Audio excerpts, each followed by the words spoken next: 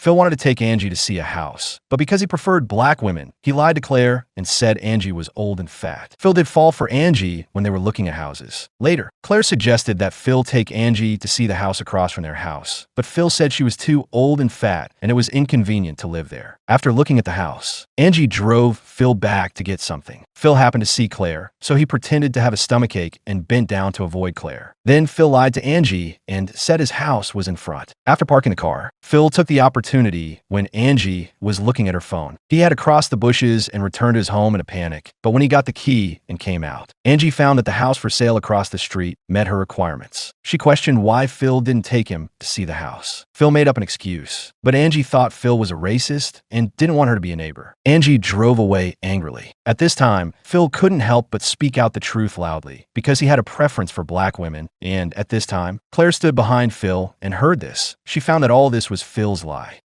I did lie. But only because she's beautiful and you get a little crazy.